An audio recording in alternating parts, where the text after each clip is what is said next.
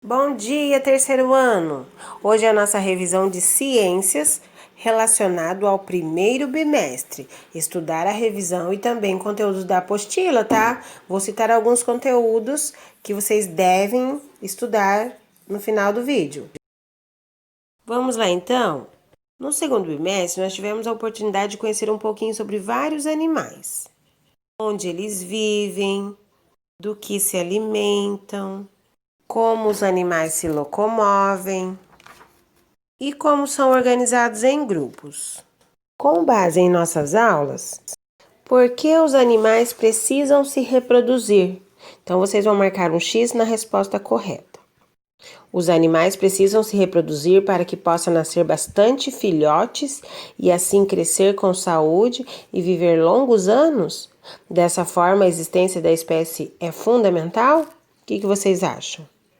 Para que possa nascer bastante filhotes e assim crescer com saúde e viver longos anos? Não sei não. Mas vamos lá. Por que os animais precisam se reproduzir? Porque por meio da reprodução, os animais geram filhotes que poderão crescer e reproduzir.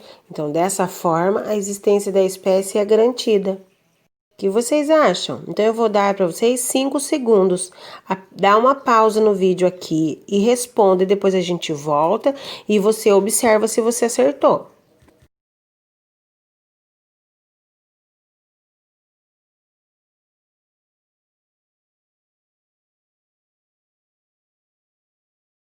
E daí, vamos ver então se vocês acertaram? Porque os animais precisam se reproduzir.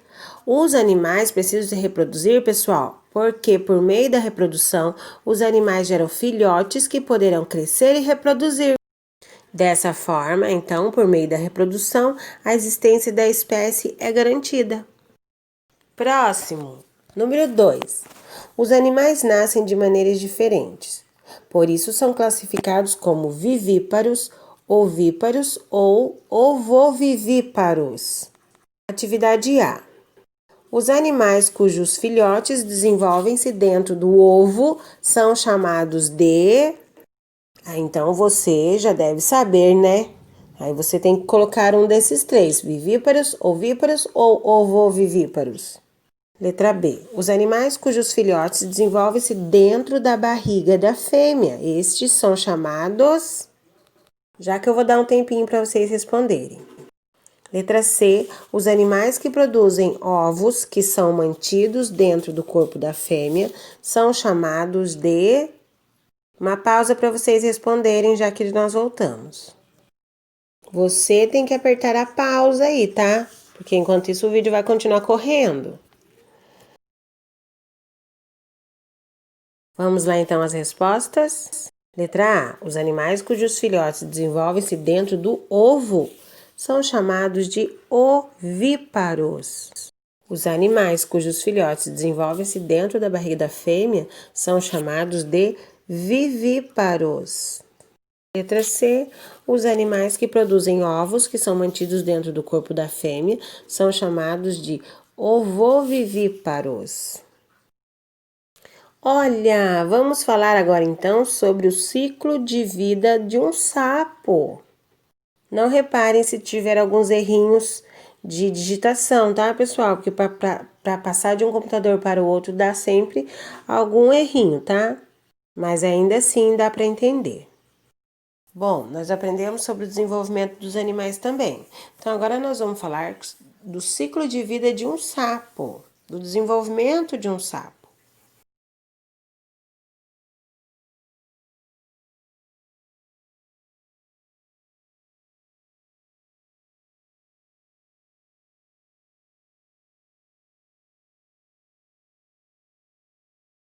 Bom, vamos lá então? Lá na página 29 está o ciclo de vida e a metamorfose de um sapo, tá?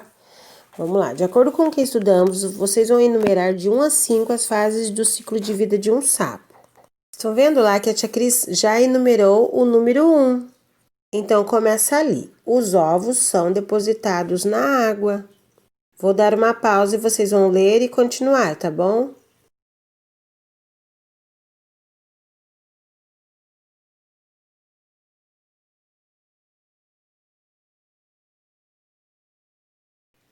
e vai ficar assim. Número 1. Os ovos são depositados na água. 2. Do ovo nasce uma larva que ainda não tem pernas, somente uma cauda para nadar.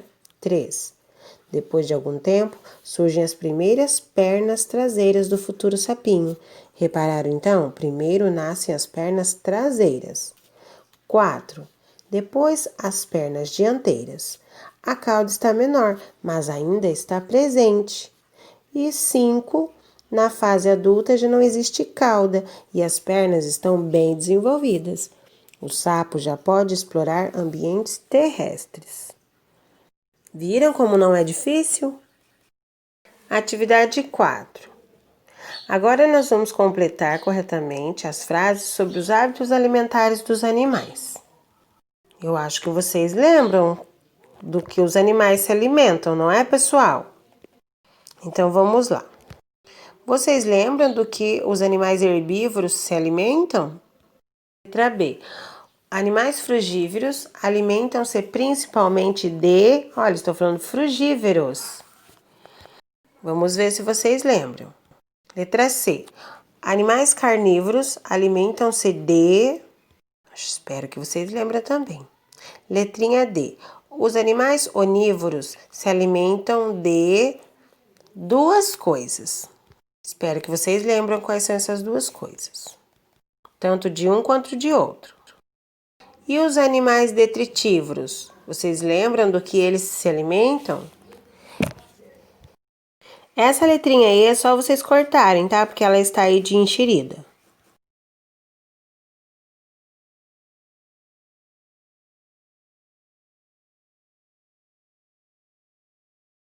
Vamos lá então, pessoal? Letrinha A. Os animais herbívoros alimentam-se de plantas. Quem seriam os animais herbívoros? Vamos dar exemplo. Boi, cavalo, capivara, coelho. Estes são animais herbívoros, se alimentam de plantas. Letra B. Os animais frugívoros, como o tucano, por exemplo, eles se alimentam principalmente de frutos. Letrinha C. Os animais carnívoros, por exemplo, como o leão, a onça, o tubarão, o gavião, a águia, o jacaré, algumas serpentes, algumas aranhas, alguns escorpiões, eles são carnívoros, então eles se alimentam de outros animais. Letrinha D. Os animais onívoros alimentam-se de plantas e outros animais, ou seja, tanto de plantas quanto de outros animais. Quem seriam esses animais onívoros? Nós, seres humanos, o lobo-guará, o coati, o urso, os morcegos, os macacos, os porcos, os gambás. Letrinha E. Os animais detritívoros alimentam-se de restos mortos de outros seres vivos, tanto de plantas quanto de animais. Exemplos de animais detritívoros: os urubus, os abutres, as hienas e algumas moscas. Outro conteúdo que também vai cair é sobre as fases da vida do ser humano. Quais são as fases da vida do ser humano? Infância, adolescência, vida adulta e velhice. Estudar também sobre o ciclo de vida das borboletas, que está lá na página 36.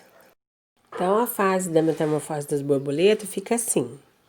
Os ovos são colocados em uma planta pela borboleta fêmea. Logo, a lagarta se alimenta das folhas da planta onde nasceu. Nessa fase, ela fica imóvel e sobrevive às reservas nutritivas coletadas na fase anterior. Já quando borboleta adulta, ela é um indivíduo completamente formado. Bom, pessoal, esses são alguns dos conteúdos que vai cair na prova, tá? Mas não esqueça de estudar a revisão e também as atividades da apostila. Um beijo bem grande no coração de vocês.